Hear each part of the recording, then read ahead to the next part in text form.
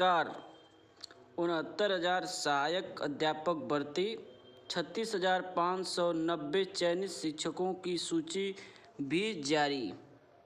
Prayagraj basic शिक्षा परिषद ने परिषदीय विद्यालयों में 69,000 सहायक अध्यापक भर्ती 31,277 पदों पर भर्ती के बाद शेष 36,590 पदों को भरने के लिए अंतिम सूची जारी कर दी है। सचिव बेसिक शिक्षा परिषद की ओर से 31 मई को 67,867 पदों पर नियुक्ति के लिए जिला आवंटन सूची भी जारी कर दी गई। सुप्रीम कोर्ट ने शेष 36,590 पदों को भरने के लिए अनुमति मिलने के बाद इन पदों की नियुक्ति के लिए 2 से 4 दिसंबर के बीच काउंसलिंग की तिथि तय कर दी गई है।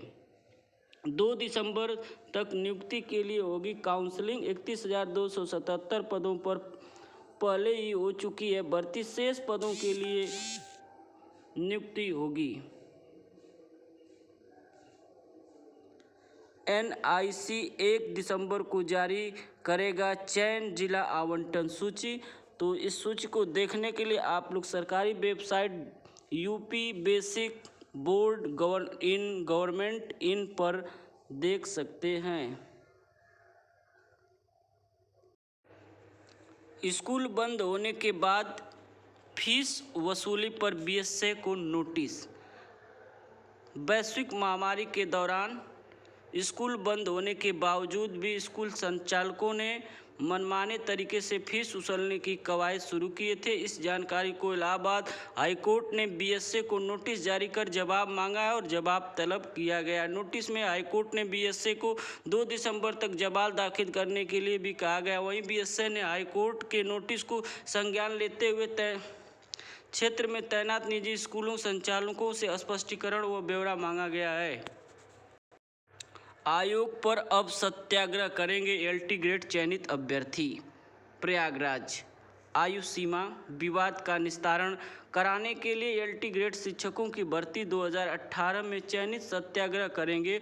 उत्तर प्रदेश लोक सेवा आयोग के 2 दिसंबर से चयनित अभ्यर्थियों ने सत्याग्रह आंदोलन शुरू करने जा रहे हैं। विवाद का निस्तारण न होने से अभ्यर्थी अभी असंतुष्ट दिख रहे हैं और 15 विषयों के सामान्य वर्ग के करीब 245 चयनित ऐसे हैं जिनकी उम्र 40 साल से अधिक हो चुकी है। आयु सीमा के अधिक होने पर उनकी नियुक्ति प्रक्रिया रुकी हुई है, तो ऐसे अभ्यर्थी अब चयन बोर्ड को करेंगे घेराव। परीक्षा केंद्र बनाने के लिए 5 दिसंबर से तय करेंगे आवेदक। माध्यमिक शिक्षा परिषद ने यूपी बोर्ड परीक्षाओं के लिए केंद्र निर्धारण की प्रक्रिया शुरू कर दी गई है। इसके लिए सभी विद्यालयों से जुड़ी दस्तावेज मांगा जा रहा है। विद्यालयों की अपनी जानकारी विभाग के वेबसाइट पर 5 दिसंबर तक अपलोड करने के लिए जिला परिषद कार्यालय में 6 दिसंबर तक देना होगा। आगे बढ़ी शिक्षा शास्त्र के चयनितों की काउंसलिंग, थोड़ी राहत। अब वर्ष 2021 में मिलेगी चयनित अभ्यर्थियों को नियुक्ति। प्राचार्य भर्ती का रिजल्ट 20 तक। उत्तर प्रदेश उच्चतर लोक सेवा आयोग की ओर से प्राचार्य भर्ती का रिजल्ट 20 तारीख तक आने की संभावनाएं हैं।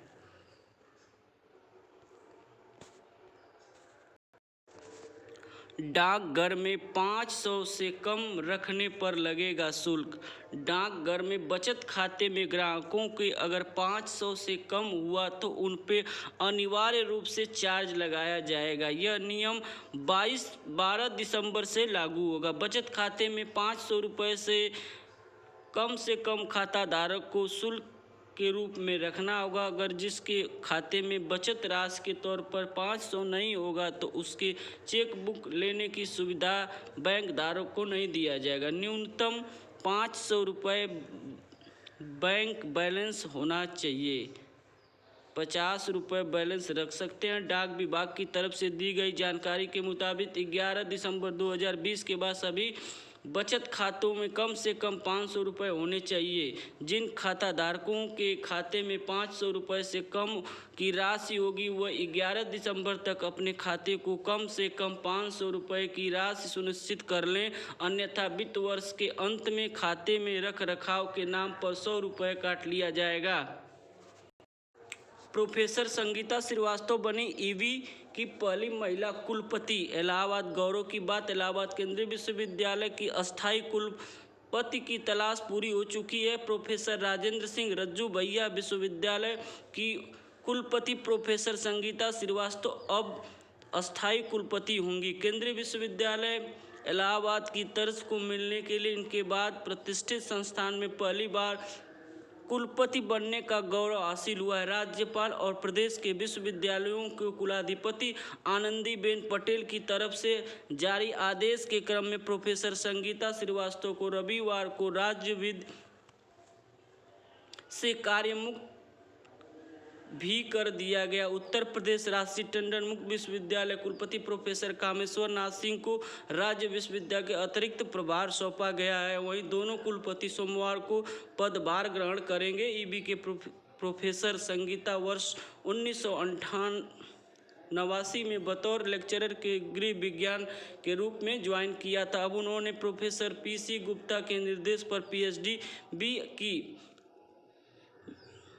तो ये इलाहाबाद विश्वविद्यालय के लिए गौरव की बात। उत्तर प्रदेश राष्ट्रीय टंडन मुक्त विश्वविद्यालय कुलपति KN सिंह को राज्य विश्वविद्यालय के अतिरिक्त प्रभार, आज दोनों BC संभालेंगे पदभार।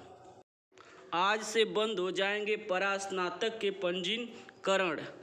रुहेलखंड विश्वविद्यालय ने अब समय बढ़ाने से किया इनकार। पिछले साल के मुकाबले इस बार कम हुए रजिस्ट्रेशन।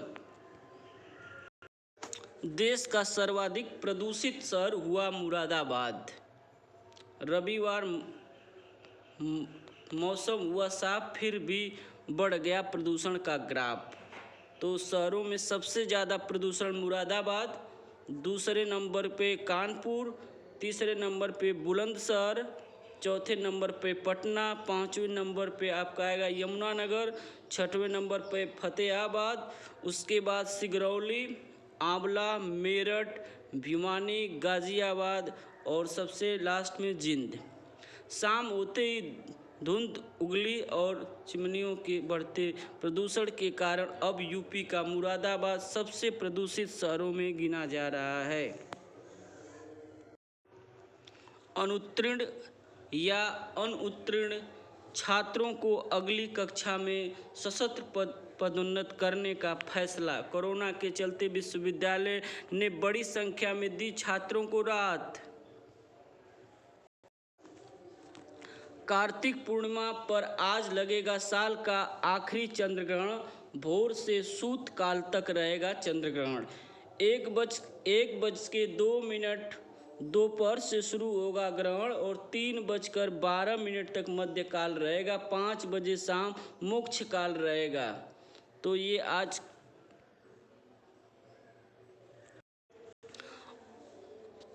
अरुणाचल प्रदेश के नज़दीक ब्रह्मपुत्र नदी पर बांध बनाया गया। चीन भारत के लिए खतरा। चीन का दावा, नदी के ड्रोन ड्रीम में आने वाले देश के हितों को रखेगा ध्यान। लद्दाख सीमा पर निर्माण कार्य चीन की भटकाने वाली हरकत, कृष्णमूर्ति ने कहा। कई इलाकों में आज हो सकती है बाढ़ पड़ सकता है और सूखा। तो आज की ये सबसे बड़ी न्यूज़।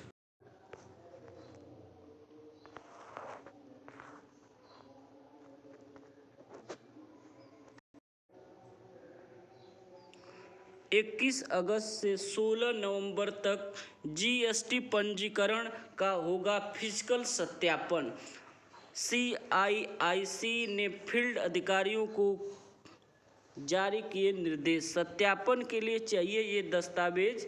विनिर्माण इकाई के लिए पंजीयन कराया तो कैपिटल यूज के साथ स्थापित इकाई मुआवजा होगा। इकाई खुद की है तो संबंधित अवधि में दिए गए बिजली बिल की कॉपी, किराए पर रेंट एग्रीमेंट की लिस्ट दिखानी होगी।